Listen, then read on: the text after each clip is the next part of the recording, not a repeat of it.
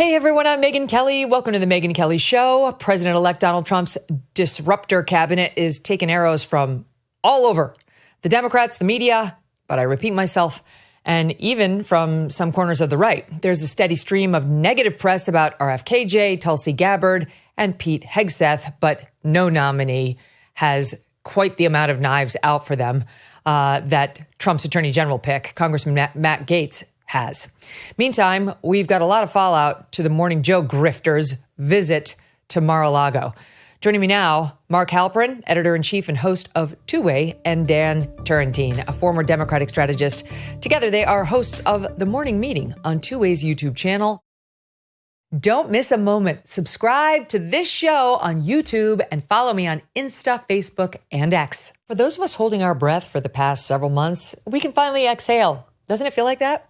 Work can finally be done on the major issues this country is facing, and it will be. One of the most significant, our national debt. The fact is our nation is broke, and that debt is a house of cards that can't be quickly dismantled. So the strategy remains the same. You might want to diversify your savings. This is why I want to tell you about Birch Gold. So many things are out of our control and out of our president's control, so it can be really important to have a safe haven for your savings. Birch Gold Group can help you convert an IRA or 401k into an IRA in physical gold. And the best news is it doesn't cost you 1 cent out of pocket. Text MK to 989898 now to get your free info kit. Plus, right now through Black Friday, you're going to receive a free 1-ounce silver eagle for every $5,000 purchased. Protect your savings with Birch Gold. Text MK to 989898 and claim your eligibility for free silver today. Mark, Dan, welcome back to the show. Thanks for having us. Megyn, great to be here. Okay, so I haven't actually spoken to you, I think, since election night. And let me start with you on this, Dan, as the Democrat. I don't think the Democrats are getting it. I don't feel like they're fully grasping what happened and how badly they went. And one of the reasons I don't think they're getting it is because whenever you have somebody pop up to say, for example, I don't think the trans issue was a good one for us. Like this guy in Massachusetts, Seth Moulton, he gets hammered. Now, he got hammered by me too, because the very policies he's now lamenting he helped put in place. But that's a different issue. The left should be saying, maybe the man has a point. Maybe we went too far. And instead, what you're getting is attacks on him and denials from the likes of Jen Psaki. I'll show you SOT 21. What I worry about is that in the course of all that soul searching, some Democrats might reach the wrong sweeping conclusions. And there are a lot of issues that fall into that bucket. But one in particular that stuck out to me is transgender rights.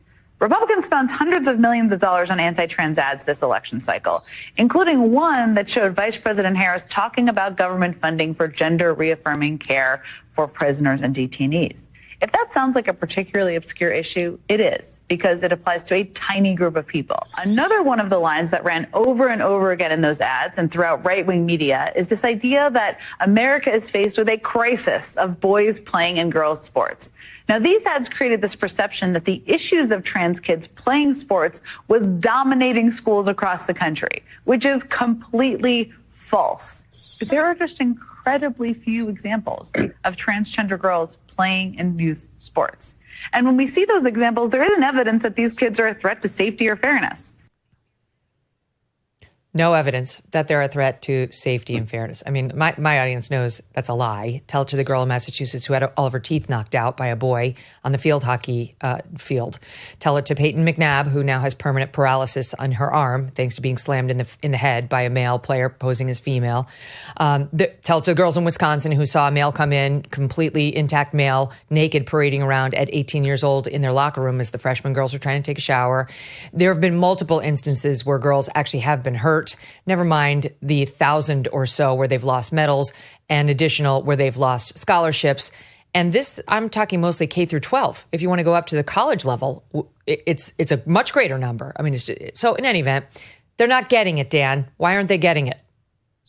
Yeah, I think there's two different groups that I would think about here. I think the punditry class, and Jen is a friend of mine, and we respectfully disagree on this. is going to be the last to get it. They're almost like the Japanese old soldiers on the island, after World War II, who are still fighting the fight. I think if you looked at elected officials, both in Congress, around the states, those thinking about DNC chair, there's silence. If you look at the left and you look at, the AOCs of the world, J-Pal and others, and just look at social media, they're talking about, we're going to defend abortion rights. Okay, that's, I think, fairly safe grounds for the party. But I think that those whose job it is to get elected, to win races, are doing a lot of soul searching right now.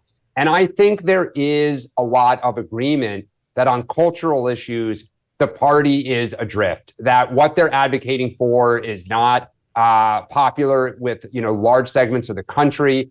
I think where the fight is going to occur is more on the economic message, the kind of Bernie Sanders wing versus the Bill Clinton wing. But I think, those in the media are still going to pound the table. I think some of that's they're hoping that they get ratings. But I think the party knows that they need to make a lot of change. Well, I hope for their sake that they do it. I feel like I win either way on this issue, because either they change and they come over to my side of reason, or they don't change and they keep losing. Either way, it's okay by me. Let's shift over to what's happening on Team GOP, Mark, because it's so funny to me. Trump doesn't have to be doing all these cabinet appointees right now, but he doesn't like being out of the news cycle, and he's got 2 months until he gets sworn in. So he's like, Matt Gaetz, how about let's name Matt Gaetz right now.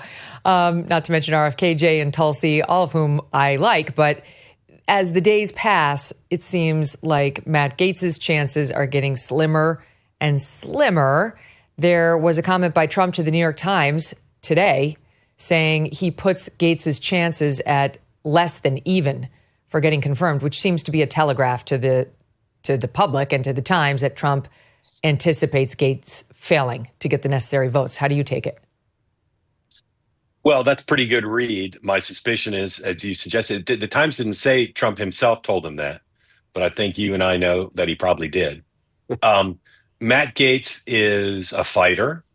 Matt Gaetz has MAGA on his side. He's now had a very supportive tweet in the middle of the night from Elon Musk, too, actually. And you don't have to withdraw a nominee until the committee votes him down, right? So Donald Trump can just say, we're going forward, and dare the committee to vote against him. But he does have a range of issues with Republicans, including Matt Gaetz has been, the insult comic dog, attacking Republican senators by name.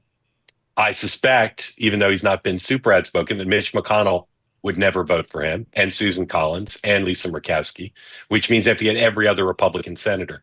And since there's a dozen reasons to vote against Matt Gaetz, if you're a Republican senator who doesn't like Matt Gaetz, it's hard to see him being confirmed, but I don't rule it out, because as I said, if Donald Trump sticks by him and if Matt Gaetz wants to use his very prodigious talents to try to figure out how to get 50 votes, I don't rule out that he can do it. But Trump's comments, I think, tilted the scale for me against saying more likely than not he's confirmed. Now, what I'm hearing is that Trump is actually speaking to senators who might be on the fence and asking, do you think he can get confirmed? And if there's any sort of a negative projection, Trump's messaging is along the lines of, gee, that's too bad. He's a good guy. Like, Trump wants him to be confirmed. And Trump hasn't given up hope, but is testing the waters. And to me, that telegraphs that Trump understands the Senate is a separate body that he doesn't control and isn't maybe going to go full jihad on them if they don't get behind Gaetz. It's not a, you will confirm him or I will primary your ass and make sure you lose your next election, Mark. Like, do you see it the same way? Yeah, he's not drawn that line with any of them. And while Gaetz has clearly been the one in the news this week, on the morning meeting, we talked about the controversial five. There's four other nominees who I think if it were a secret ballot and the senators could just vote how they wanted, none of the five would be confirmed. However, there is deference to any incoming president. Donald Trump has revolutionized the Republican Party, even with a somewhat narrow victory. He's turned the party into a multiracial working class party, which people on Capitol Hill respect and appreciate. So I think that it's possible that he'll stick with Gaetz in order to allow the senators to say, okay, you didn't want Matt Gaetz, now you've got to vote for the others. Because again, although I think they're more likely to be confirmed than not in the other 4 cases, they are all controversial, not just for Democrats and the media, but for some Republicans as well. And that means he can't take for granted. He doesn't want his entire November, December into January taken up with the media's obsession with confirmation politics. Mm-hmm. I have a master plan of my own. No one's asked me for it, but I'm going to give it because I have this microphone. I think that if Matt Gaetz falls through, and yes, we've like shifted the Overton window. I get it. You know, like what's acceptable, what's controversial, what's too controversial. That's all moved thanks to our debating Matt Gaetz for all his time. Then he slides in Mike Davis, frequent guest of the Megyn Kelly show. I'm telling you, this guy, he works with a legal group called the Article 3 Project, and he clerked for one of the Supreme Court justices, and he's brilliant. He said some incendiary things early on when the lawfare against Trump first got rolling, and I was like, who is this guy? This is crazy talk, what he's saying. The more I looked into him, the more I'm like, oh my God, this guy's actually very smart. Turns out he's actually really smart, has a very impressive legal background, has been very, very loyal to Trump. And can I tell you guys, he comes on here and debates Dave Ehrenberg, prosecutor for Palm Beach County. And Dave, I think, would be the first to agree. Mike's been right about everything. Maybe 2%. Dave got him. No offense to Dave. He's been right about a lot in a different way. But this guy is not only very, very loyal to Trump, but he is brilliant. So I'm kind of thinking, even though he's a shit stirrer online, right? He says stuff that gets him in trouble online. He doesn't actually, as far as I know, have true controversies, you know, like we're talking about Gaetz. I'm hoping he slides in Mike Davis. Okay, there's my theory, thanks to my microphone. So you tell me, Dan, Gaetz resigned from Congress last Wednesday when Trump announced him, you know, saying, now that I'm going to be the nominee, I'm resigning from Congress, which put off the public release of the House's investigatory document against Matt Gaetz, which was supposed to come out this past Friday. But that thing's going to leak in what it's like TikTok. Here we are at noon on Tuesday. I mean, does it have another 24 hours before it leaks? I can't imagine it's too much longer than that. And I think the issue is not just that Democrats are dying to get their hands on it. I think to Mark's point, there are a lot of Republicans that want to see him go down, both in the House and the Senate. And so there's kind of a collective incentive amongst all these people, whether it's formally released or it's leaked. And of course, if it's leaked, you're likely to get just pieces of it. So then people are going to say, you know, what else is there? You need to put the whole thing out. So I have to imagine that this thing comes out. And, you know, I think this isn't really a Democratic issue. Obviously, they're in the minority in the Senate.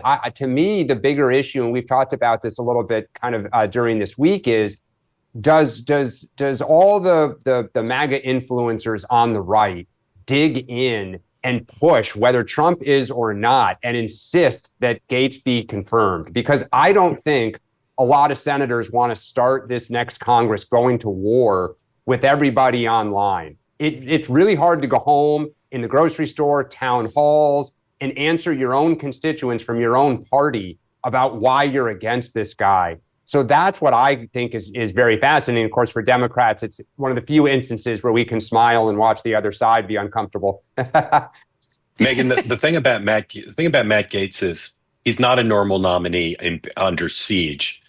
He's not normal in part because of the downsides, because of the allegations against him, because he's personally insulted senators, which is not normal for most people in Washington. But he's also not normal because MAGA loves him. He's a MAGA superhero. There's a personal and emotional bond. But he's also, and again, you don't have to be a fan of Matt Gaetz to say this. People don't realize he's brilliant. He's strategic. He's tough. He's very savvy and realistic. And so he's not approaching this the way a lot of people would, which is, oh, what's going to happen to me? What's going to happen to my family? What lies are going to be told about me? He's dealt with this for the last many years. And so he can go into this like a cyborg walking through a storm of fire. He doesn't care. All right. And I have more to say on Matt Gaetz. I'll save it till next hour because I don't want to take up all of our time going through the intricacies of the Gaetz thing because there's so many fun things to talk about. All right. So once again, Halperin, you're stirring the pot by saying the following about the Hegseth nomination to DOD on the Two-Way Show 2 days ago. I think it was, or maybe it was yesterday. I don't, whatever. Here it is. He was apparently accused in 2017 of sexual assault in a hotel. I'm very much, as you know, the presumption of grace, presumption of innocence. I don't really relish talking about this stuff, but it's out there as something that I heard about a couple days ago. And I've heard other stories about him. And again, I don't want to be provocative. I'm just saying there's going to be more about his life that comes out. It's not clear to me. The campaign sort of is mixed about, they knew about it, but they didn't know everything about it. The transition, not the campaign. Okay. Other stories. What do you mean? Well, I'm not stirring the pot. I'm just reporting. I'm just trying to be realistic, because on the two-way platform, we try to be realistic, as you do here, about not hiding things from the public that people in political and media circles know. Megyn, you know a lot of people at Fox. You know the same stories I do. Some of them are purely personal, but some of them go to questions of judgment. And if he goes forward with the nomination, I have every reason to believe that they'll be made public in some form or another. Do you think any of that matters? For sure. I mean, I've definitely heard, things in the personal lane, I would say. Yeah. But I'm not convinced that can sink you in 2024 MAGA country. No question. And Donald Trump has to borrow the phrase from George W. Bush, he's defined deviancy down. What's acceptable? What doesn't preclude someone from being confirmed?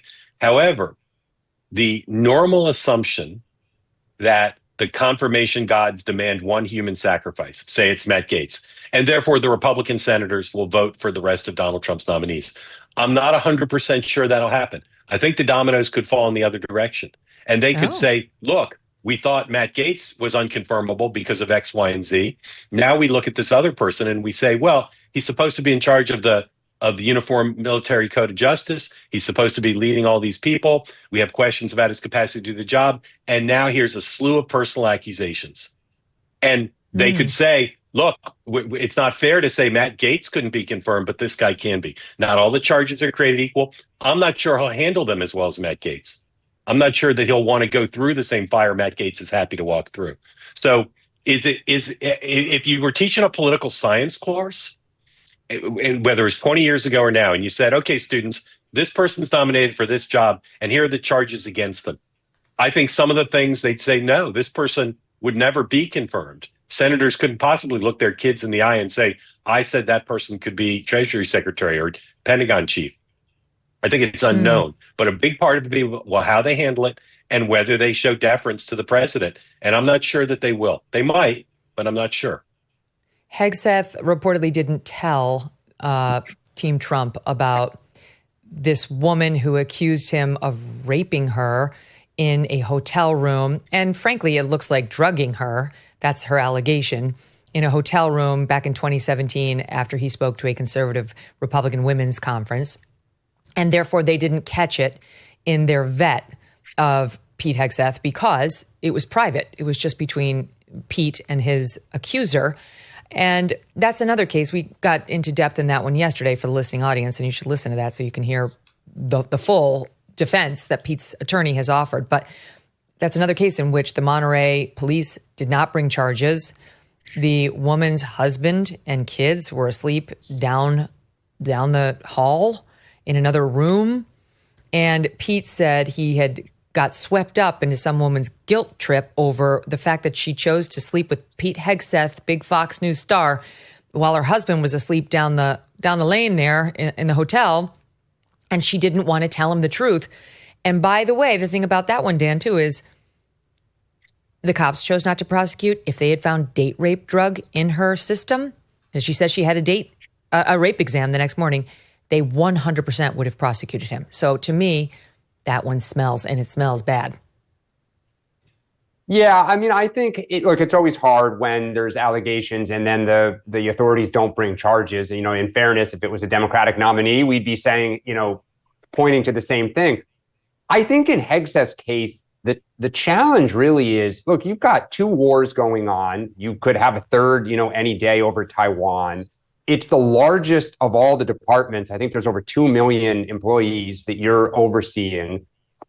And it's not entirely clear that he is qualified. Like, to me, and I know to certain Democrats, Noam, RFK Jr., Tulsi Gabbard, it's policy differences, right? I mean, you just say that Kristi Noem, who's been a two-term governor and a member of Congress, isn't qualified to run DHS, or that, you disagree with how Tulsi Gabbard views the, certain conflicts in the Middle East. Hegseth, there's less of a paper trail of both management and people have talked about his involvement with veterans issues, which is commendable, but he's not trying to be the head of Veterans Affairs. And so I think, there's both the lack of substance, which I think makes some Republicans nervous. And then there's all of this stuff that certainly, while there's no charges pressed, is a political headache right now. So I don't think any of that stuff is going to stop him. I think most Republicans will say he's not going to make them read white fragility. He's not going to talk about white rage. He's not going to allow, I'm a trans person and the daughter of two lesbians in the promo reels that are put out for recruiting. And that's good enough for them. He served as a combat vet in Iraq, in Afghanistan. He served his country honorably after 9/11. He's written books about it. He's toured. He's spoken about it. Management, no, that's not something you do at Fox News, but he has an academic pedigree the left would like, and so would these elite Republicans. So I don't think any of that, what you just said, will wind up hurting Pete. I think if anything, it will be something that has yet to come out. I don't even know. I don't think this allegation about Monterey is going to do it either. Though I will say now there's a little bit more today, as CNN's Ki-Young Lee briefly met with the Hegseth accuser, apparently, and offered the following observation in SOP 5. With the alleged victim, and we did speak with her, but it was very briefly. We do want to stress that CNN is not identifying this woman because she is the alleged victim of a sexual assault. But in that brief conversation, she was visibly distraught at the mention of Hegseth's name. She said that she didn't know what she could say, and before saying anything, she had to consult with her attorney. And we have not heard back from her since that first meeting that I had with her.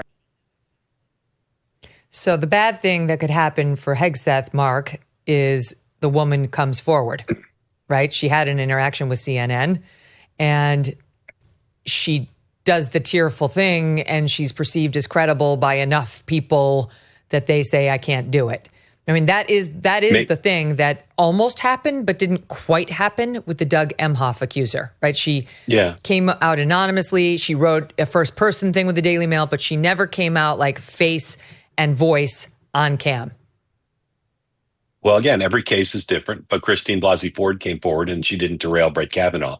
So I don't think that one situation, no matter what she does, is just took positive. Her best shot, man. I will. I'll say this. If Pete Hegseth had his exact resume, but wasn't a Fox host and a friend of Donald Trump, I don't think he'd be plausibly considered to be Secretary of Defense. And I don't know that being friends with the president-elect and being a weekend cable news host upgrades you to qualified in the view of traditional qualification or in the view of most Republican senators. So again, I think he could handle some of these things in isolation. But if they're inclined to vote against him because of his lack of management experience and his non-traditional experience, again, I don't think he'd be nominated if he weren't a Fox host, and that's just not a qualification to be Secretary of Defense. Then I think there's a chance he'll go down. It's not. Now, I will say one of the things they're looking at quite closely is having strong deputy secretaries, a strong deputy attorney general, other people who can handle more of the traditional management function. And that's potentially a reasonable model. But I think the senators are going to want to know what the package looks like and be confident. And I'll say one more time, it depends on how the nominee handles it. If they're willing to fight, if they're skilled in front of the committee, if they have skilled people speaking on their behalf, what you can withstand is not predetermined. You can withstand anything if you handle yourself well and convince the American public and the senators that you still should be confirmed despite either allegations or proven facts against you. There's nothing that can't that's be one survived area in which this era. Being the host of a Fox show will help him because he's a professional talker. And Tulsi is well set to handle that. And RFKJ obviously has done nothing but take criticism for a decade plus. Of the nominees, the controversial ones, the disruptors, who do you think is the most likely not to make it? Mark and then Dan. exit. I agree. I completely agree. Yep. Wow. I think Gaetz is, as we've talked about here the last few minutes, I think that the MAGA world is going to dig in on Gaetz, even if the president is a little less. And I think RFK Jr., like if I were the Democrats, I would tread very, very carefully. I think his vote was material. I think we hear it on our show, the number of people who were his supporters, who were previously Democrats up until a few years ago and have left the party in kind of frustration. And I think Noam and Gabbard, it really, there's substantive disagreements. There's no real, issue of whether or not they're qualified. And those to break off 4 Senate Republicans in that instance would be surprising. But that's a very interesting rationale that the Democrats are going to need to get behind, some Dems, the RFKJ for HHS, because their voters like him. Oh, absolutely. I mean, you heard Cory Booker yesterday came out and talked about support for RFK for what he's trying to do in terms of food. And Jared Polis, the governor of Colorado, came out about the not mandating all vaccines. I think there are a lot of Democrats who now realize it was a huge mistake to go to war against RFK, and they feel like they drove him into the open hands of Donald Trump. And kudos to Trump for recognizing the opportunity, finding a way to work with him, and really making him feel comfortable on the Trump campaign. And that's what winning campaigns do. It's so true. And Dan, and he went, Dan, you remember he went to Kamala too and said, do you want to talk? Do you guys want to talk to me? And she was like, no. It's unbelievable. I mean, it is unbelievable that the party did this. And look, I understand. I worked for Hillary Clinton, not on her 2016 campaign, but a lot of my friends did. And, they will go to their graves that Jill Stein and the third party candidates cost her the election. And so I think going into this campaign, the operating principle within the party was seek and destroy all third party candidates that may in any way, shape, or form negatively impact the race. But, RFK has enough voters that they were meaningful, they were material, and they didn't just like RFK. They dislike the Democratic Party. They're disillusioned with it. They're angry. And that is a problem. It's a perfect example of the gap. Sorry. No, you go. It's a perfect example. It's a perfect example in the gap between the Democrats and the media and real people. You didn't read any stories in the dominant media about the risks Democrats were taking by driving Bobby Kennedy out of the party, by trying to keep him off the ballot. You didn't read any stories about how that was anti-democratic. But real people saw that. Real people who come on two-way say, I might have voted for the Democrats, but what they did to Bobby Kennedy was so outrageous that not only turned them against the Democratic Party, but I believe it built Bobby Kennedy up into kind of a superhero in their eyes. And that's why his endorsement of Donald Trump, in part, why it was so impactful, because he was seen as an example of the extreme intolerance of Democrats towards dissent and the Democrats' extreme effort to protect first Joe Biden and then Kamala Harris from competition. They also wound up downgrading the Democrats as protectors of democracy after what they did to RFK. So they shot themselves in the foot on one of their own favorite issues. The other thing about RFKJ that I like and I'm excited about is there's talk about him taking Dr. Jay Bhattacharya of Stanford and putting him atop the NIH. That would be so amazing, you guys. There are still a lot of people like yours truly who are very ticked off about the COVID insanity. And Dr. Jay Bhattacharya, with much risk to his own reputation, he was beloved and in these elite circles, came out and pushed back at a critical time. And they tried to ruin this guy. Fauci tried to ruin him. And that's reflected in the emails that got released thanks to the Republican House. So it'd be wonderful to see that guy who's not anti-science, he's pro-science. He's the one who didn't let an ideological agenda lead him into just accepting what was being spoon-fed to these guys, to see him elevated. And that essentially would also be RFKJ saying, I realize I am not a doctor. I don't need to be a doctor to run the NIH. Kathleen Sebelius, is she a doctor? Anyway, it's him basically saying, but I will find smart doctors where they need to be to run the medical facilities that Health and Human Services oversees. So I like that whole thing. Okay, let's talk a little bit about media. Your friends over at Morning Joe embarrassed themselves this week, Mark Halperin. Embarrassed. They haven't been the same since you no longer appear on that show. They need you. That you were the magic glue to keeping some sort of sanity over there. We talked to the audience yesterday about them going out there, and they went to Mar-a-Lago and they bent the knee, and no one's happy about it. I mean, imaginary people that Joe Scarborough talks to are allegedly happy about it, as he keeps telling us each morning. But no actual people from the left or the right. The right doesn't want this reconciliation and can't believe Trump even took the meeting and is in no position to give them any quarter. And the left, you've got the lunatics like Jennifer Rubin, who's an MSNBC contributor. She's a true loon out there pushing for a boycott now of the MSNBC morning show, of the network that she's a contributor at, that's paying her salary. So they came out, they said their thing, and now they're getting some people being honest about how controversial it was, like your friend Sean Spicer, who said this on the morning meeting yesterday.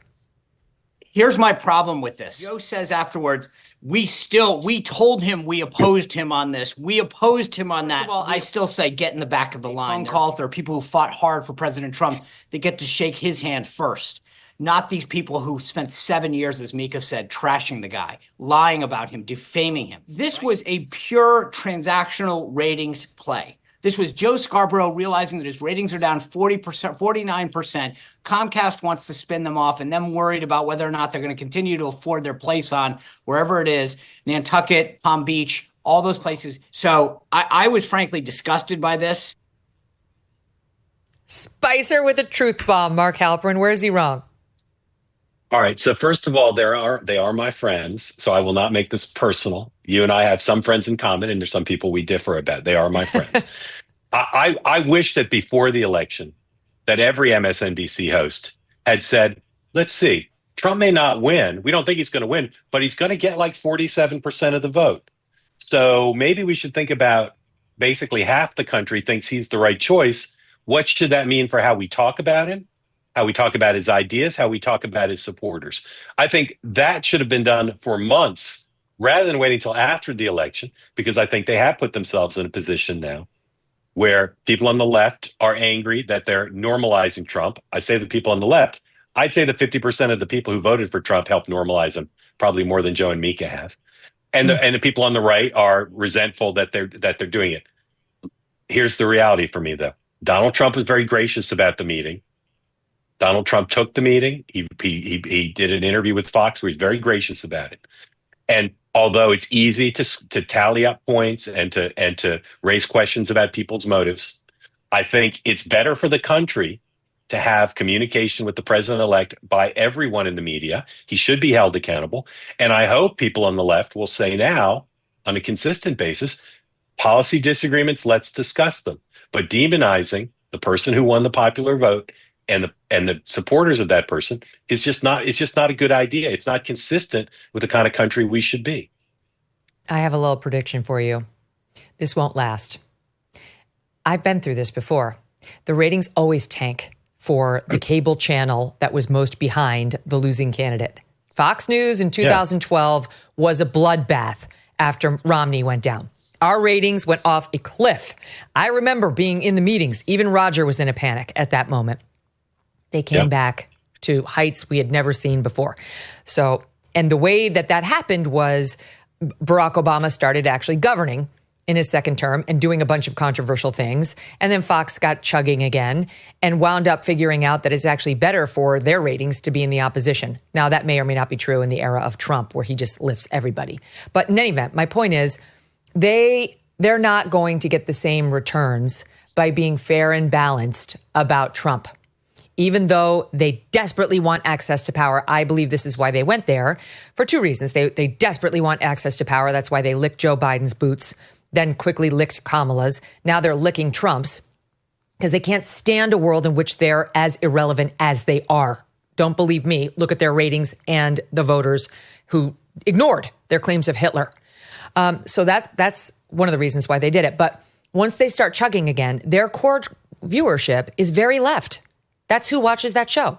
That's why you've seen Joe Scarborough migrate out of the Republican Party. Now he's so-called independent, and he's obviously a Democrat. He's not really independent. What Republican is he voting for? Anyway, and the machine will do what it does, which is force them to continue to go to the left. This thing veers to the left. All media veers to the left, especially MSNBC. All their cocktail parties, all their friends will veer them back to the left. They will get absolutely no points for saying anything nice or fair about Trump. And they will do what they've been doing for 9 years, which is back on the bashing train. Dan, am I wrong?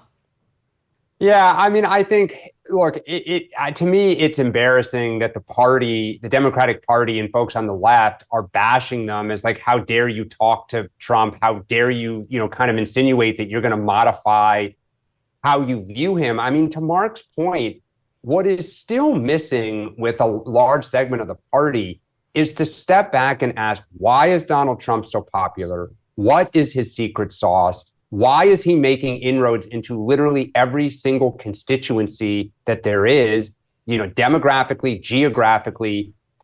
And how can we understand this better and, either try to co-opt it or, short circuit some of his progress?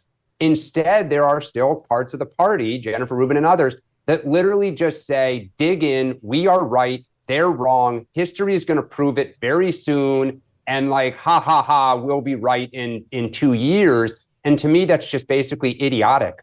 And so I hope, whether Joe Scarborough and Mika in the long run will prove to be successful, courting Trump. Obviously, I think you're much more likely that they will not be. But the party has to stop saying these black and white, we're right, they're wrong speeches to everybody. I have a message for Joe and Mika. You have no influence. This election proved it. Look at your ratings. They're in the toilet for a reason. If you had any influence whatsoever, would this have been such a blowout? You thought you could persuade the electorate to stop him.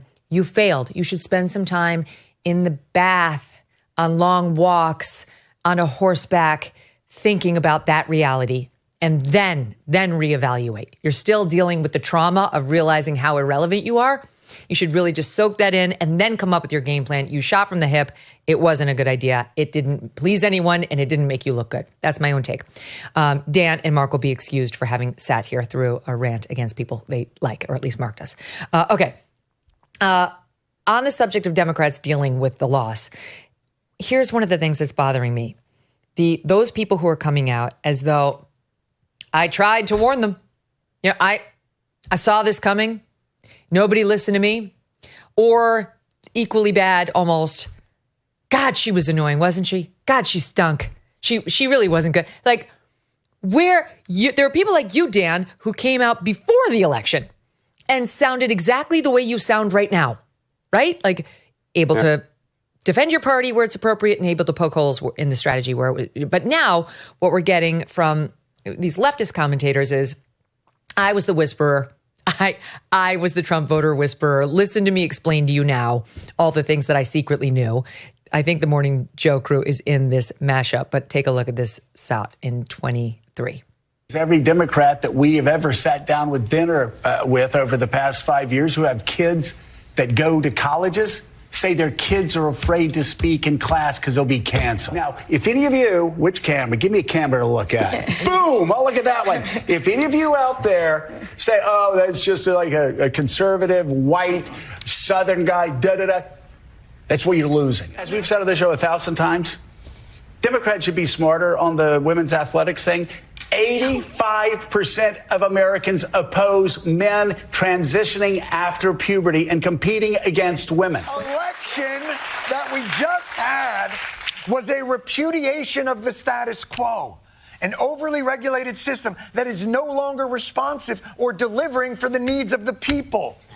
When you did see stories about Trump supporters, they were often mocking them. Mm-hmm. They were interviewing them. They didn't understand the issues. They were kind of making fun of them. Like, why isn't Kamala Harris going out and talking to more factory workers? Why isn't she like putting on a hard hat and really talking to people, everyday people, a little bit more? Okay. So that's Katie Couric saying they mocked Trump voters and they shouldn't have done that. She was on Bill Maher's Club Random podcast April 14th saying this, SOT 16. And I feel like, to your point, Bill, the socioeconomic disparities are a lot, and class resentment is a lot, and anti-intellectualism and elitism is what is driving many of these anti-establishment, which are Trump voters, or anti-establishment voters. So I think that is a huge problem that we have to address. I mean, globalization and, the transition from an industrial to a technological society. I mean, I don't know if you've ever been jealous of what someone else has or resentful. It is such a corroding and bitter, almost bile feeling. Right. They're anti-intellectual and they're bitter and jealous. But now she's going to be the whisperer of the Trump voters, Mark, and bring us home to try to understand them better and condemn people who were too judgmental and dismissive of them. Megyn, I'm a little bit sad that you left Brian Stelter out of that mashup because I think he's been amazing in writing. I was curious to see how he would deal with analyzing the media coverage. And he wrote this long thing that was devoid of the actual problems. And I think it goes back to fundamental credibility and awareness. They've been pretty muted since the election. But until they come clean on their role in the conspiracy to cover up Joe Biden's mental acuity decline, I think it's just fundamental that it's going to be a challenge to have any credibility. And so far, there's been nothing on that. Until they come clean on how newsroom, the actual qualitative and quantitative analysis of how negative their coverage was towards Donald Trump and his voters, is very difficult to have credibility. It is so much like what happened in 2016, where, as you said, they want to say, well, Kamala was a bad candidate, Hillary was a bad candidate. They don't want to address the real issues here, both in terms of the Democratic Party and media bias. So I hope somehow it gets better, but the leading newsrooms have done nothing to account for the failure. And I suspect it will continue and they'll just go back into resistance mode. Mm-hmm. I think that's absolutely right. It's the nerve, Dan. Like they're anti-intellectual. And now she's like, I really wish people had just, paid more attention to them. And she's like, now she's like Kamala Harris with her word salad answer. She endorsed Kamala Harris. She openly endorsed Kamala. Like, okay, I don't remember you being honest about her word salad. Some of us endorsed candidates and also were able to be honest about their problem areas. That is what happened. Like, if you want to go into opinion journalism, you must continue to thread that needle, or you should just declare your connection to journalism totally dead. Yeah, this one hits home for me because this was a tough last year for me as I started speaking out more kind of in the media as I joined the morning meeting. I got a lot of feedback from Democratic friends when I started speaking out, but going all the way back to March, that Joe Biden's age issue was real and legitimate, talking about the inroads that Trump was making with Latinos and Black men, because there was lots of data publicly and privately that he was making these inroads. And when Kamala Harris got the nomination, I said after her convention speech, I thought she missed the mark, that she was not filling in the details of what she would do for people. I said after the debate that I thought that while she might have scored a lot of points against Trump, she ultimately lost the debate because she didn't say what she would do for people. The number of Democrats on the Harris and Biden campaigns, at the DNC, and just in general, who sent letters or emails and texts saying, like, you're not being helpful. Like, what are you doing speaking honestly like this? And I just said, look, guys, if you have data that shows I'm wrong, like, I will trumpet it anywhere and everywhere. But everything I'm seeing is that she is struggling and Biden was struggling. And so, Megyn, to your point, that all these people are now coming out and say, oh, well, we knew this and we've been talking about it. And it was, they are right. It was obvious for all to see her weaknesses and, frankly, the party's weaknesses. But there was such a collective, if we give an inch, it's helping Trump. And we can't dare do anything that doesn't prop her up, to the point where I used to joke with people, do you want me to be Baghdad Bob and say the sun rises in the west every day? Yeah, I mean, if that's, and we have a line on the morning meeting that if that's what you want, there are plenty of places for you to go to get that, but it's just not who we are.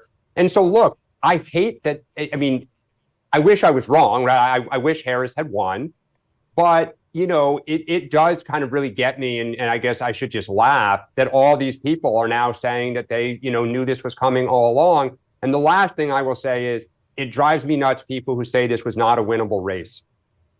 I believe it was absolutely winnable. I believe if you looked at the data that a lot of people didn't like Biden or Trump. When Harris came into the race, there was general openness to her. And if you watch focus groups between July and October, there was excitement for Harris.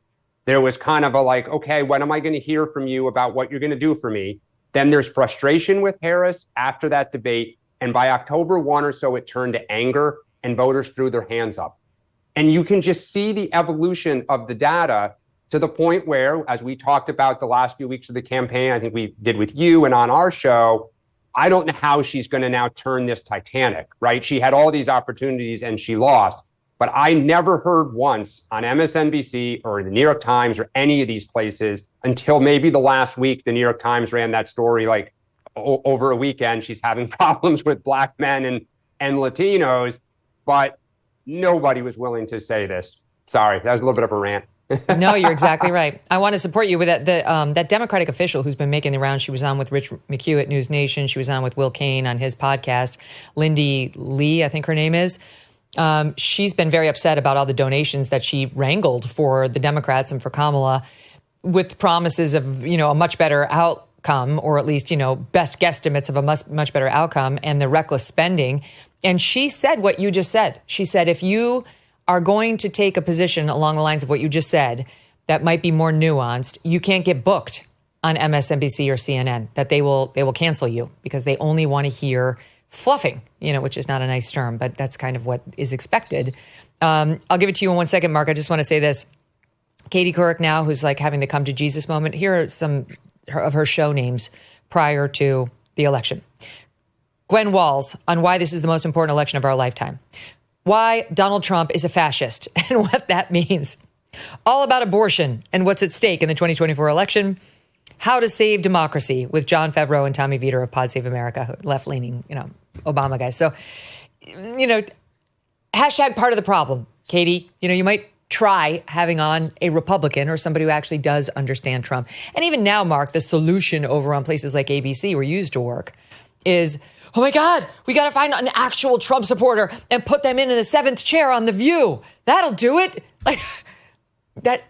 Talk about like a Band-Aid on a cancer. Yeah, I mean, Sean and I and Dan laugh at the Sunday morning public affairs shows. They still are having a bunch of Democrats and then one anti-Trump Republican on their roundtables to analyze the election. It's really good for the country, I think, that he won the popular vote because it takes away the Democrats blaming not Kamala Harris but the Electoral College.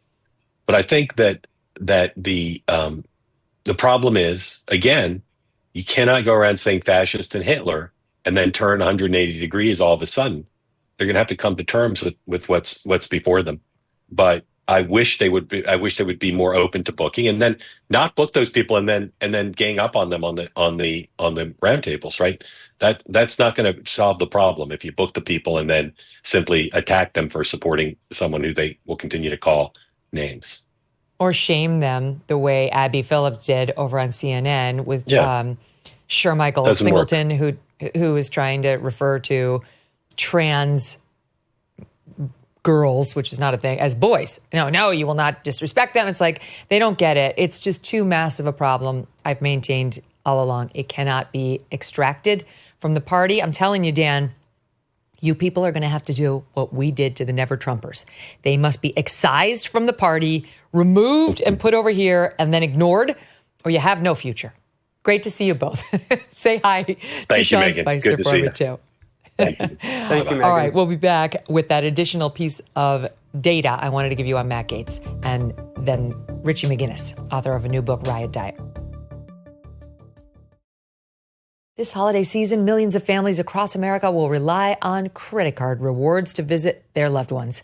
But according to our sponsor, the Electronic Payments Coalition, DC politicians are trying to pass a bill that would lead to the end of credit card rewards. They say the Durbin-Marshall credit card bill would mandate credit cards run on alternative networks, not the trusted and stable ones you probably use today. And there's no guarantee that the convenience, zero liability fraud protection, and rewards programs you know will remain. The Electronic Payments Coalition says corporate megastores will make more money while you sacrifice your payment convenience, rewards, and peace of mind. Find out more at guardyourcard.com and consider telling Congress to guard your card and to oppose the Durbin-Marshall credit card bill. Learn more at guardyourcard.com. Okay, so I wanted to follow up on Matt Gaetz. It looks like, truly, we're going to have this leaked report from the House Investigatory Committee at any moment. Just before we came to air, there was a report that it had been hacked already off of, I guess, the congressional website or some website, and that it's going to be put out.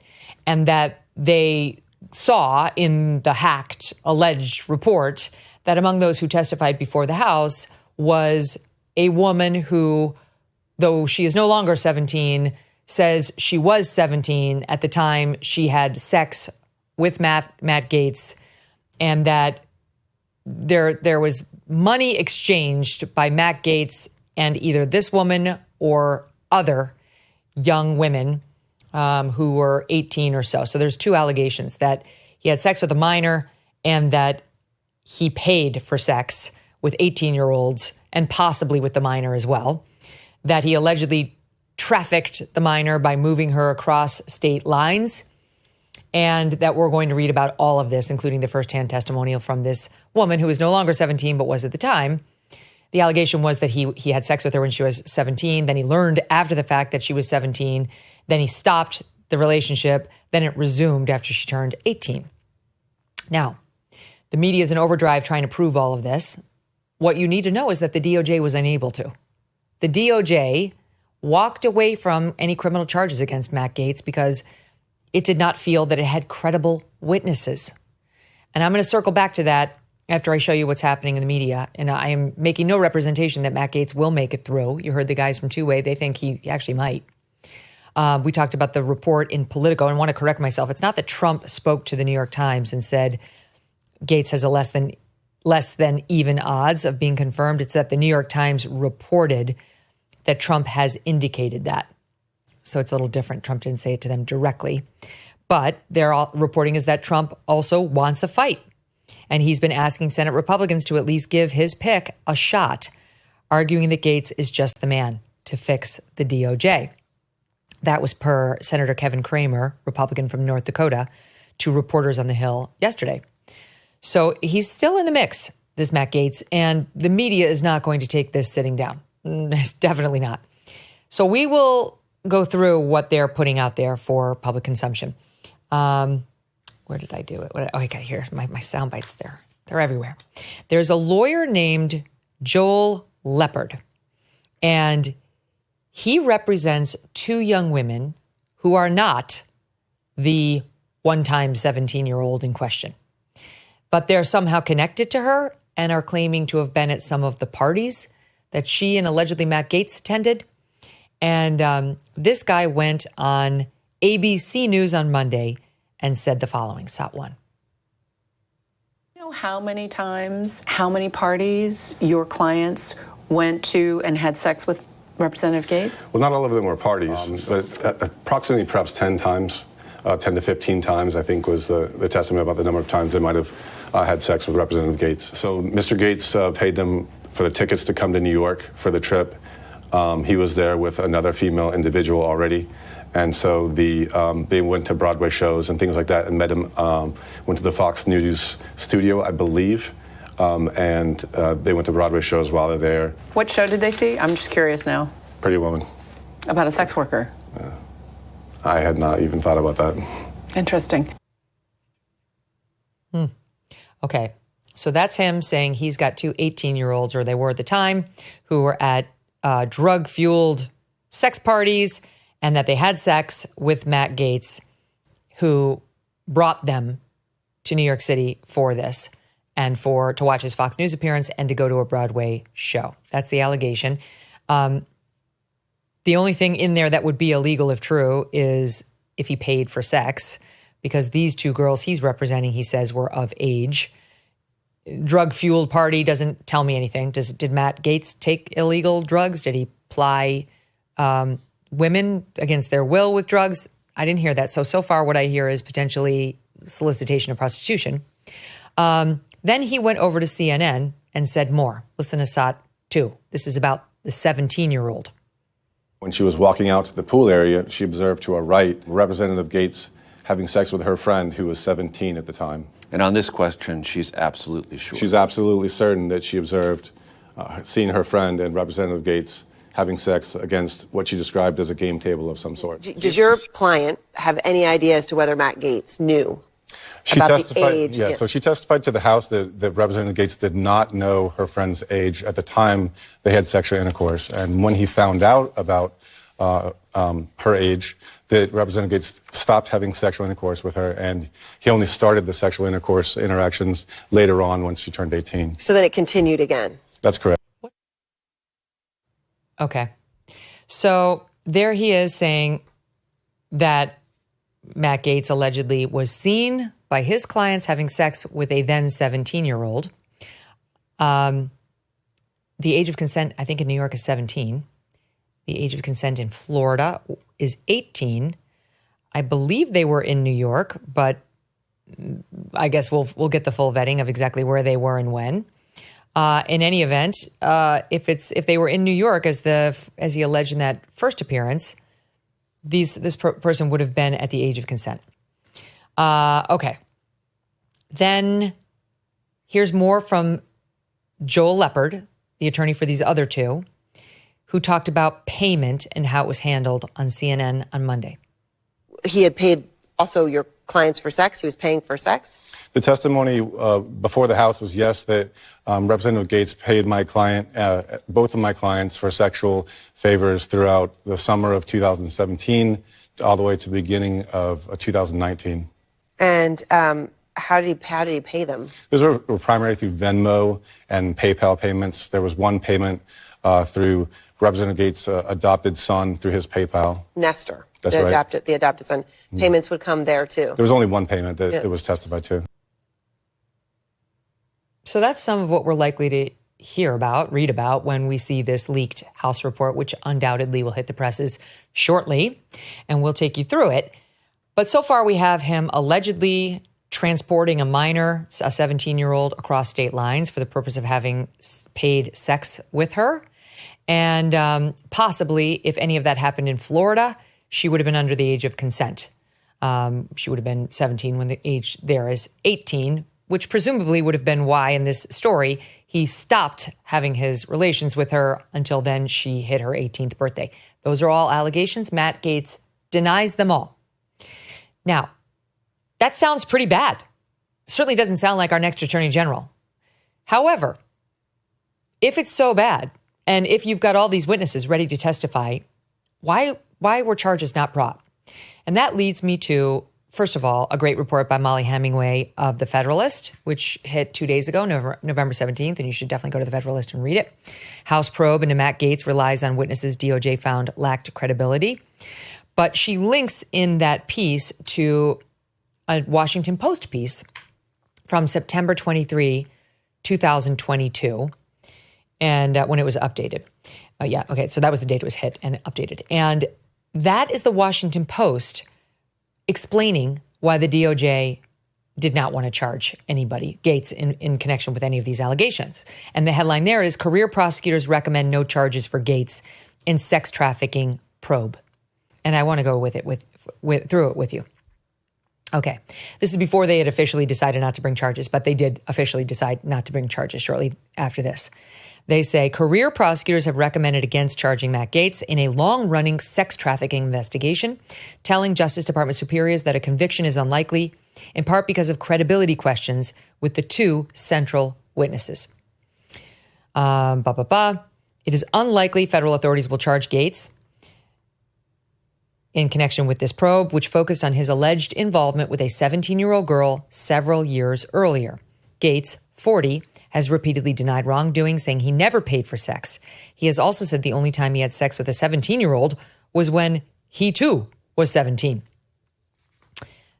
Okay.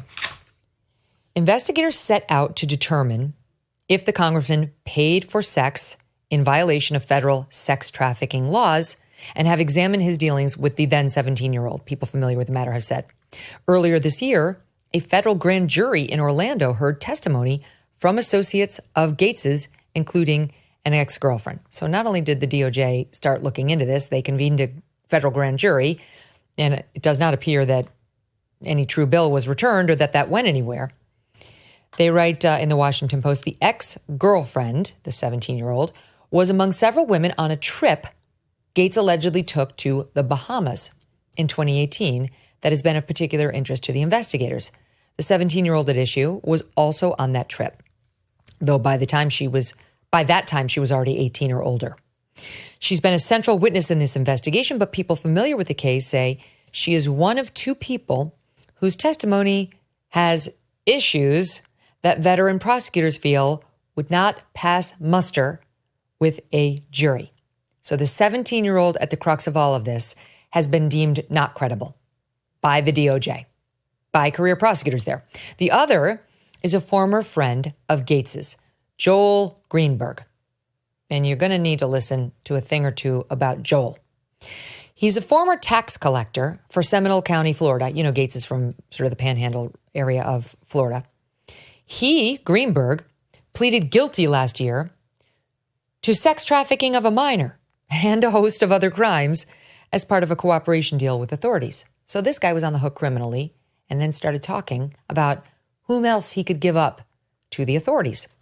Greenberg was first charged in 2020 with fabricating allegations and evidence to smear a political opponent.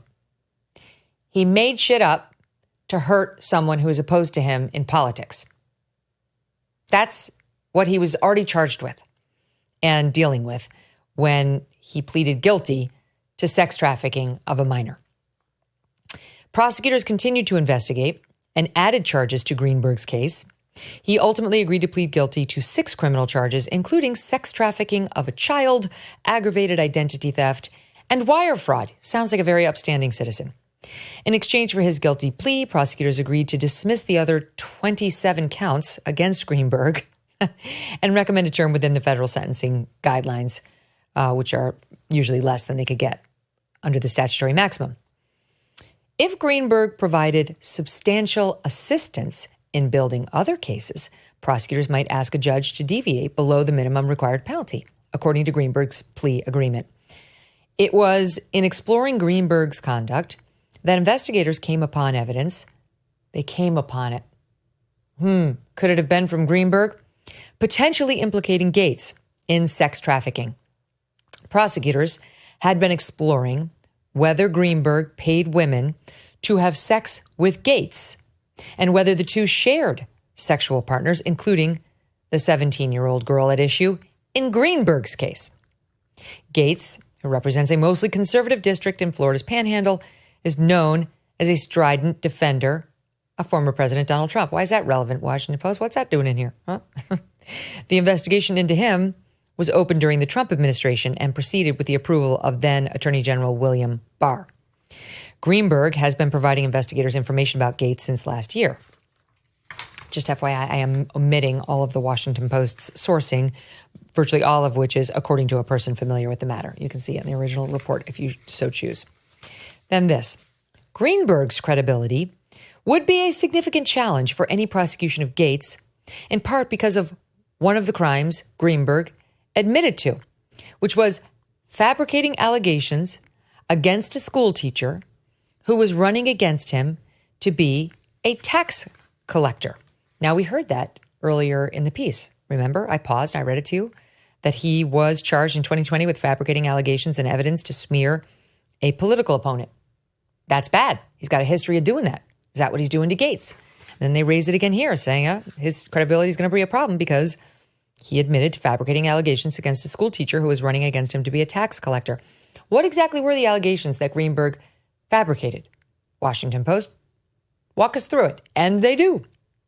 Greenberg had sent letters to the school falsely claiming that the teacher had an inappropriate sexual relationship with a student. A similar allegation to the Gaetz case. You think? Yeah. A lawyer for the school teacher commented to the Washington Post saying, no one is going to believe anything that Joel Greenberg says by itself. His statements would have to be corroborated by testimony or evidence. So that is Greenberg and this alleged victim, the 17-year-old, though there's less in this report on why the DOJ deemed her not credible. But she was deemed not credible. And so was Greenberg, the two people against Matt Gaetz and who got this whole thing against Matt Gaetz started. Are the two women that this other lawyer, Joel Leppard, the guy who was on ABC, CBS, and CNN, as I just showed you, is that lawyer connected with Greenberg at all? I don't know. Are those two young women connected with the not credible Greenberg or the not credible 17-year-old? I don't know, but they're saying they were there when the alleged sex acts happened, that they witnessed them. So I'm going to guess they know her and they're all running in the same circles. And I'm also going to guess they potentially suffer from the same credibility problems that the first two do. Look, I don't know what happened with Matt Gaetz. There's a lot around this guy, a lot. And he's also reportedly been on the House floor bragging about his libido and stamina. And, he sounds like a crude guy. There's no point in pretending otherwise. But accusing him of criminal behavior is something else entirely. And I do believe that if this DOJ had Matt Gaetz in the crosshairs, they would have done everything in their power to actually see through those charges. And the fact that they didn't, because let's be clear, while the investigation may have gotten started while Trump was still president, this is 2022 when they recommended no charges. That was Joe Biden's Department of Justice. That was Merrick Garland's Department of Justice. There is zero chance those guys would have given up on the chance to get Matt Gaetz if they thought they were anywhere close. And it's obvious this guy Greenberg could be of no help to them. What a hot mess he would be. But there must be similar problems with the 17-year-old because standing alone, just being a sex worker wouldn't do it. There'd have to be more.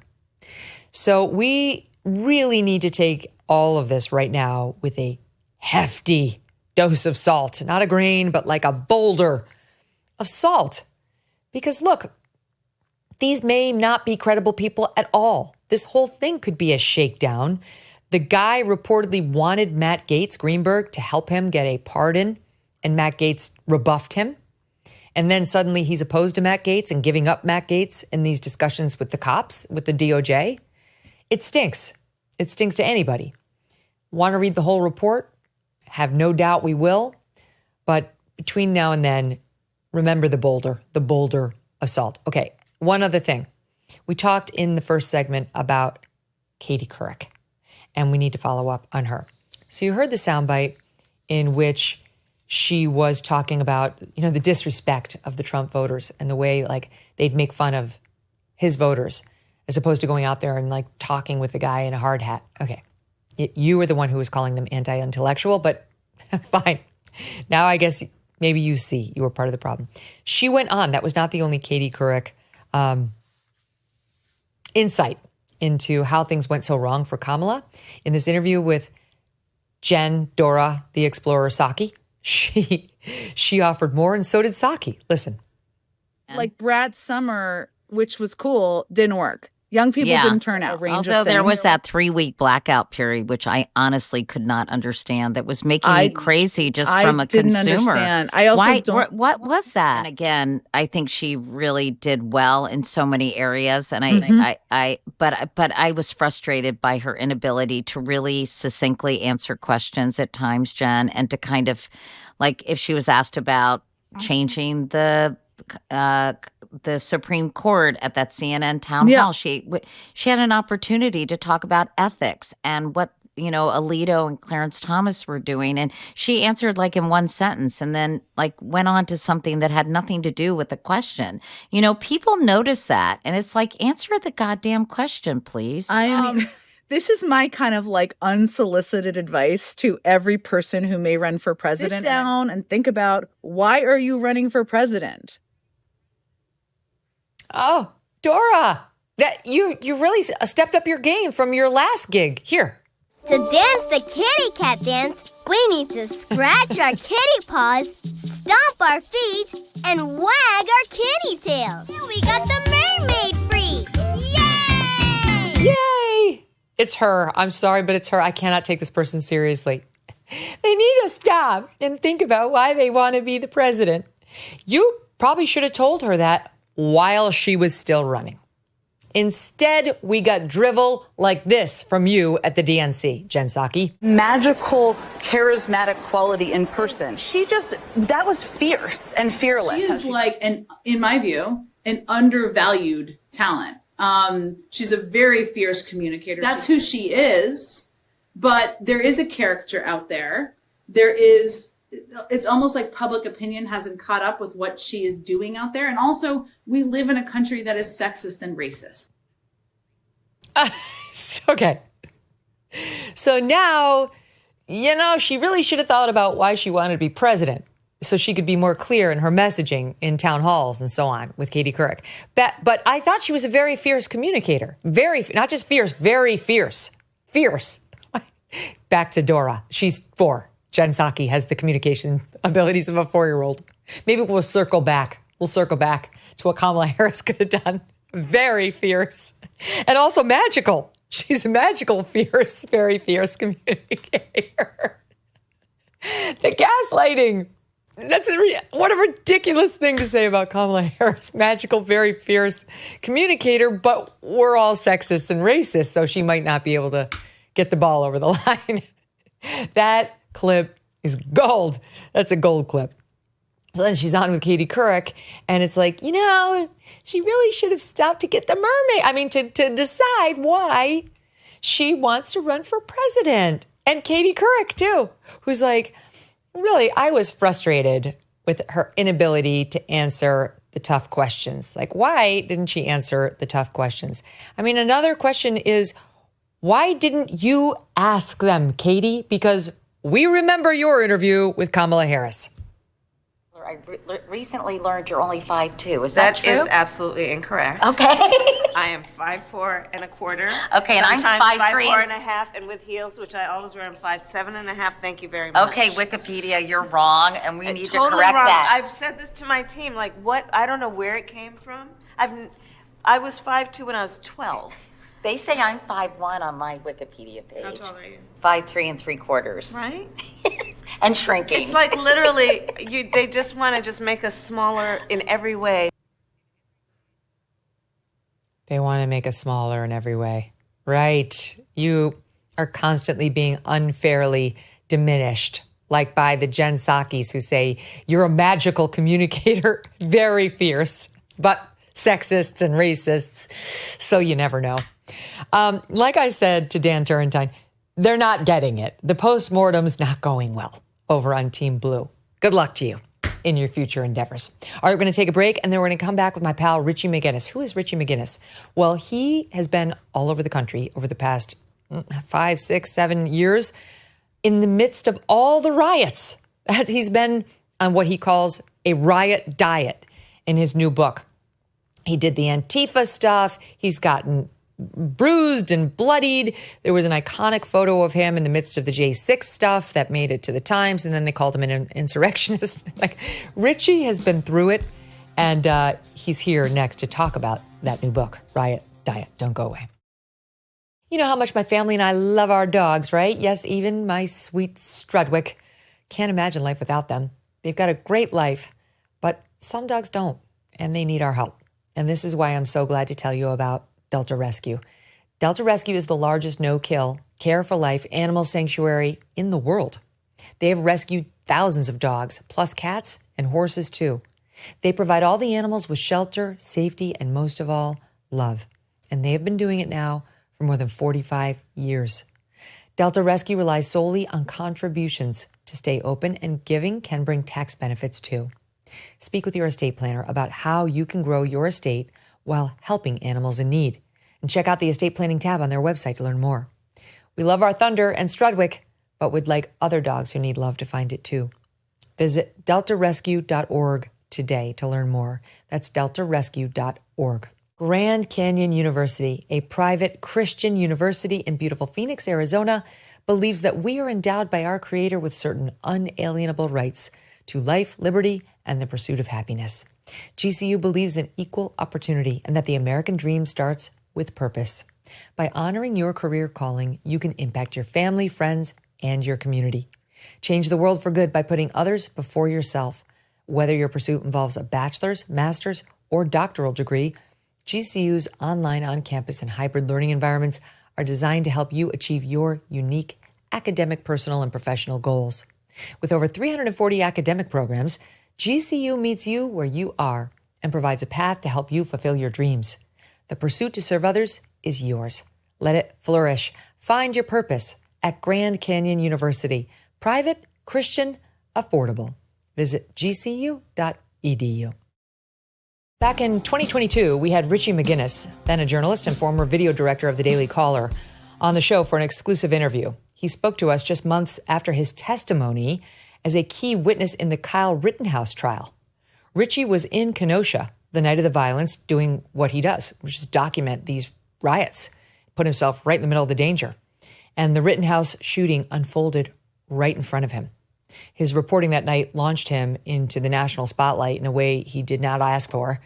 Richie was not only a witness to the violence in Kenosha during the summer of 2020, but he was on the ground for nearly every major instance of violence we saw that year. He was at Lafayette Park in D.C. when protesters tried to bring down the statue of President Andrew Jackson. He captured Seattle's Capitol Hill Autonomous Zone, known as Chaz, on his camera, and so much more. He was one of the very few real journalists who put his life at risk. Every day, these things were being ignored because they didn't look good for the left. But Richie would go in the midst of these to bring us the events in real time. Well, now he's out with a new book that tells it all. It's called Riot Diet. Great name. One man's radical ride through America in chaos. And in it, Richie shares never-before-heard stories of America's unrest during the summer of 2020, which some have connected to the election results earlier this month. Richie, welcome back to the show. Great to have you. Thanks for having me on, Megan. I don't know how I'm going to follow up Dora the Explorer and Katie Couric, but, I'll try. You're going to try to do your best. You're more like Bob the Builder. I would give you something flattering. Yeah, Bob the Builder, I'll take it. How many parents out there fell asleep night after night with Bob the Builder, can you fix it? Anyway, why did you self-publish? This is interesting to me. Well, in 2022, when I quit my job at the Daily Caller at the end of 2022, I started seriously writing this book, and I was shopping it around to publishers and agents, and they all told me a couple of different things. The first one was that Trump was never going to make it through the primary, and he wasn't going to be the candidate. And I think in media, people have a tendency to think what they want to happen is what's going to happen. Totally. And I knew that was not going to be the case. I saw that his base was still firmly in line with him. Even, everybody thought January 6th was the nail in the coffin. And I was also told that I had to write it, pick a side, basically, sell it either to the left or to the right. But my story covering both the BLM stuff and then all the MAGA unrest after the election, it's the story of being caught in between protesters and police, prosecution and defense, and the left and the right. My lane was to go on the ground, whether it's the Proud Boys or Antifa, or I call them the umbrella gang, the guys who use umbrellas as shields, and just show the audience what's happening without commentary. So they were wearing this, they said this, and this is what happened. So if the police were beating up on the protesters, we'd publish it. If the Proud Boys were beating up on somebody, we'd publish that. And same goes for the left-wing agitators as well. So, the way that I wrote the story was really just like what I saw on the ground. And there's some personal anecdotes in there as well to tell you why I went there, why I worked at the Caller in the first place, the Daily Caller in the first place, and why I aimed my camera where I did, and why I often ran away. What have you learned? How would you summarize what you learned? I would say that what the main lesson that comes from the book is that, the human beings who are on the ground were all, whether they were from the left or the right, they were all desperate enough to go to the streets in the first place. So there was a profound discontentment among all political ideologies. And the thing that I learned was how those people were used in short little sound bites as cannon fodder for political agendas on both sides. And I'm just trying to paint the picture of what I saw on the ground, who they were, what they said, why they said they were there, and then let the audience decide for themselves. How do you distinguish between what you saw during the BLM riots, for example, and the pure Antifa stuff? Because I realize Antifa was probably at the BLM stuff too, but that they're not entirely the same. That's correct. And that line that you just drew right there was obviously muddied quite often during the actual unrest. And I think that did a disservice to the actual portrayal of what was really going on. It was the simple reality was that there would be, I think Portland is the best example. There would be 5,000 protesters out on a given night. They would come out right at sunset and they'd hear the speeches. And then there'd be about 500 people left over by midnight smashing into the fence with the express intention of bringing the police out and then getting into confrontations with them in front of whatever cameras were rolling. And the other thing about Antifa that's different from the Proud Boys is that if you go up to somebody and you're like, hey, man, are you Antifa? They're not going to say yes. So occasionally you see an Antifa flag. Occasionally you see a little patch. But I call them the umbrella gang in the book because, you can tell who went out there with the expressed intention of agitating police because they bring umbrellas, they bring gas masks. The Portland chapter is called the Battle of the Leaf Blowers because they had leaf blowers to blow the tear gas. And then it was actually so successful that the DHS officers actually got their own leaf blowers.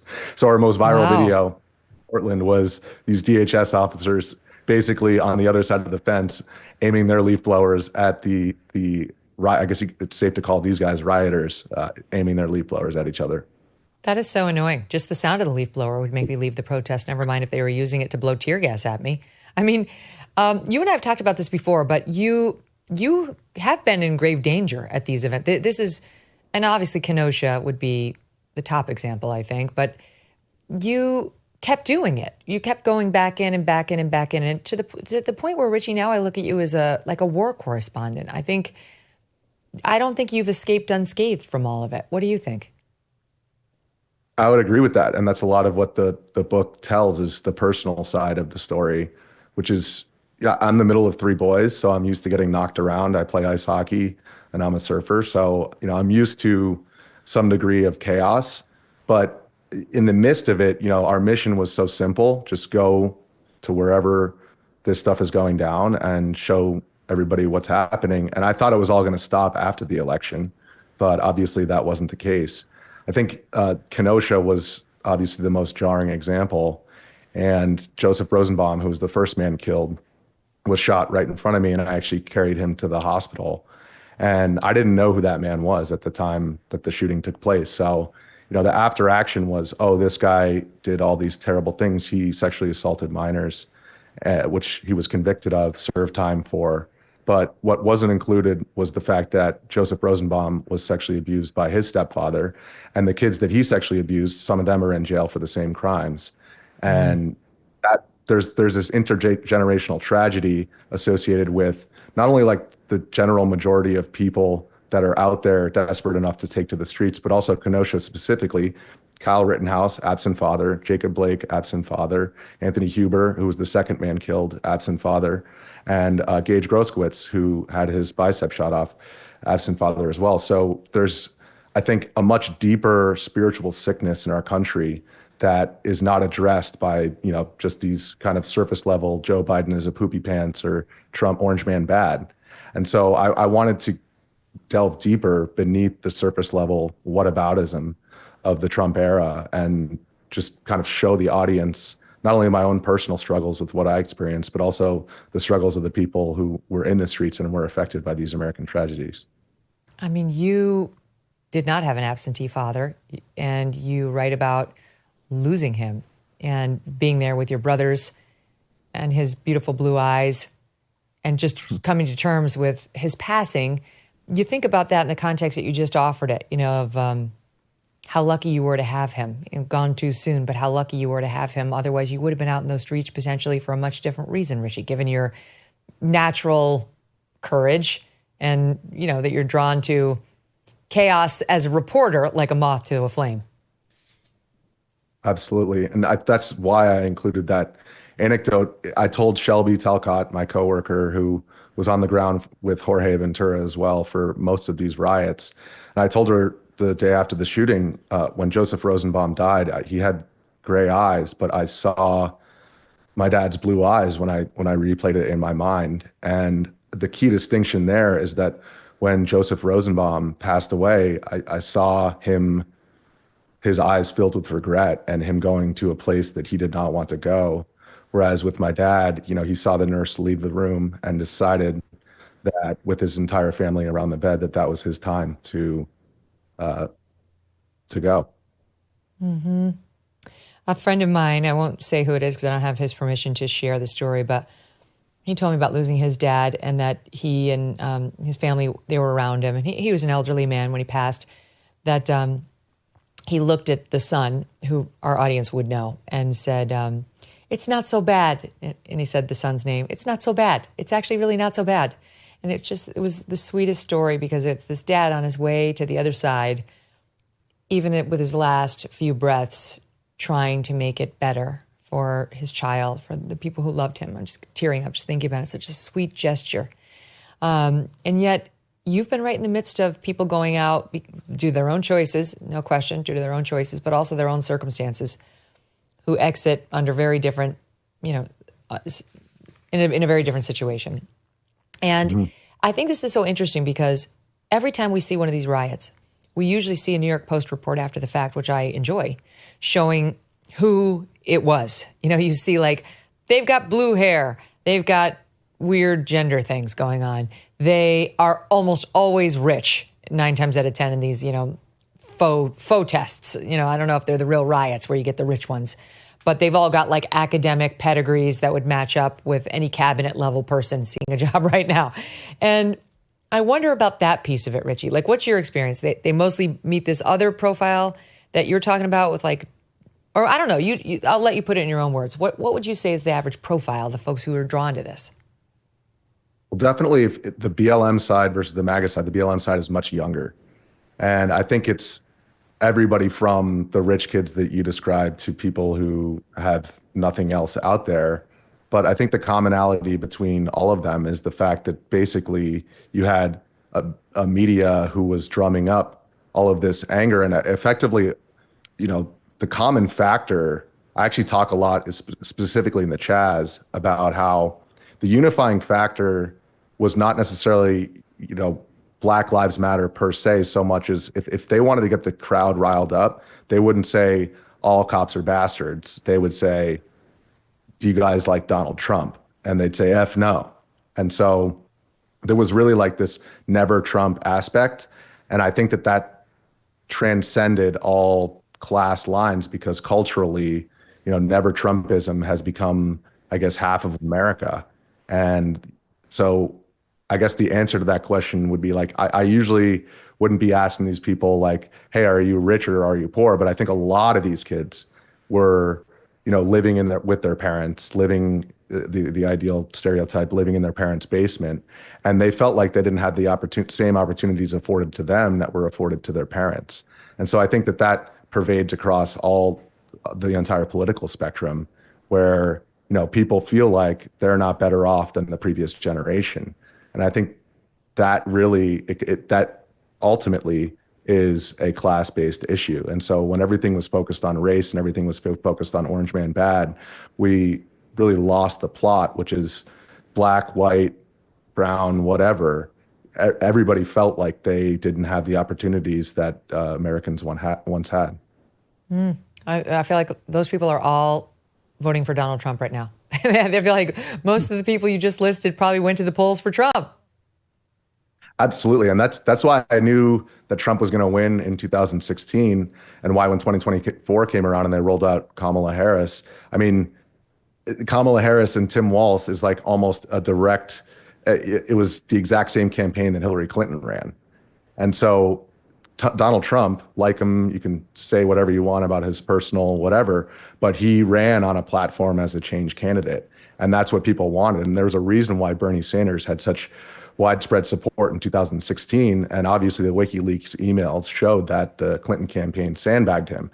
And so I think you can only kick that can down the road for so long before people realize, like, wait, are you really going to fix anything? And Kamala Harris being asked that question of, would you do anything differently when she was on The View? And her being like, as if she didn't expect that kind of question at all on the campaign trail.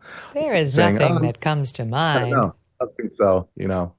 But I did spend time at the border as well. And I think that was a key issue as well, where it was so in your face. I mean, you can only pull the veil over everybody's eyes until the issue becomes too big to ignore. And so you saw her pivot in terms of her policy saying, oh, we're going to secure the border, when after for 3 years, they were saying, there's no problem here. I went to the border during Joe Biden's administration, and I saw people literally, where would they go? Oh, they'd go in the gaps in the wall. So I'd fly the drone up and see the people coming in through the gaps in the wall. And I talked to literally hundreds of Border Patrol agents, and every single one said, yeah, a wall would definitely be a big help to fix this problem. It's a no-brainer, and hopefully Trump will resume that when he takes office. The BLM riots were of particular note. I mean, those were so jarring to many of us, just to see the level of anger post George Floyd, people saying the worst possible things about cops in a way that was just so untrue and unfair, and, you know, forcing people to raise their fists and say Black Lives Matter out on the streets, interrupting them at their outdoor dinner spots, which we were forced to eat at, right, during that time because of COVID. And it did, in fact, get violent. You're seeing some of that here. The clashes with the cops, by their nature, would be charged, given what they were protesting over. Was that unlike anything you'd been to? Like, describe how the BLM riots compared to the others. Absolutely. It was. So I covered a fair amount of civil unrest during the Trump years, running the video for the Daily Caller, and there would be little skirmishes here and there. But really, the level of tribalism that I saw on the ground during that summer, I think a lot of it was supercharged by what you mentioned, which is everybody was forced by government mandate to stay at home. Businesses were shuttered, and people who didn't have, you know, the opportunity to work remotely either lost their jobs or still had to go out there. But this whole government basically telling you, okay, you have to do this, put on a mask, sit down, shut up. And then finally, in May, you know, everybody had been locked down for a couple of months. And I think that really just amplified the level of, I guess, pent up frustration that there was. And there's what I call like the Lord of the Flies effect, where if you go out there and you're protesting and you're out there with good intentions, all of a sudden somebody bumps into the police shields and they get pepper sprayed. You see that person get pepper sprayed, and then you get pepper sprayed, and a whole different part of your mind turns on. And it's really easy for people to sit at home and say, oh, I would have done this or I would have done that. But there really is a primal part of our modern brains that we kind of ignore exists. And when I was out there in those kind of violent situations, you see that turner on, and that's when things get really scary, because in those chaotic situations, it's always the one who's either the biggest and the strongest or the most well-armed who's going to prevail. That's why most mothers say to their sons, do not go to that. You're not going out there. Sometimes it's a daughter too, but yeah, of course she did. That's what a normal mom would say to anybody, any son trying to put himself in the middle of that. Reminder to the audience, I'm talking to Richie McGinniss, and the name of the book is Riot Diet, One Man's Radical Ride Through America in Chaos. You can get it on Amazon. Richie, what about the protests in Minnesota? They were such a big deal well, to some extent anyway, during the early part of Tim Walz being nominated as her running mate. And he made the decision not to interfere on night one and then barely on night two as Minneapolis was burning because he didn't want to be seen as heavy-handed. And, we had a police precinct burn. Like, can you speak at all of the emotional toll that took on the citizens there? Well, I could definitely say I went there, I guess it was in October of 2020, and the city was still dead. And the blocks that had been burned were still just charred out rubble. And we went to George Floyd Square, which was still effectively an autonomous zone. So cops did not go in there. And it was like a mini version of the Chaz that was still going on in October. But with respect to what happened with Tim Walz right when the riot started, he actually came out and did exactly what the mayor and governor of Washington did when they ceded the police precinct to effectively just armed protesters for a number of weeks. He said, we want to call in the National Guard, but we also don't want to escalate things by bringing out law enforcement in huge numbers. And I think that that's the key mistake that was made time and time again in these Democrat-run cities, which is like, well, Trump wants the National Guard, so we basically are going to do the opposite of whatever that is. And like I said, in these kinds of situations, it doesn't take much for that spark to light a flame.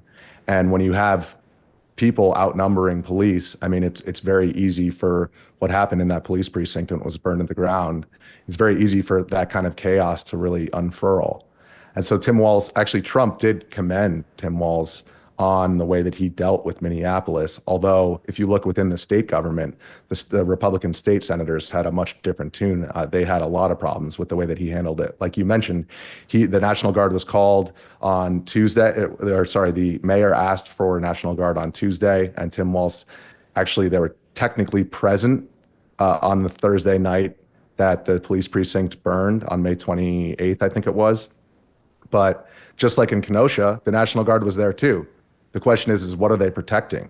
And they're not protecting the small businesses, they're protecting the courthouse, right? So there's a miscommunication between the law enforcement on the ground and the politicians up top who effectively, I think, were trying to avoid any kind of confrontation between police and protesters / rioters that would be bad optics. And that's ultimately, I think, what happened in so many of these cities, including Kenosha. I really think if I were an executive running a state or a city, I'd be more worried about dead citizens than bad optics.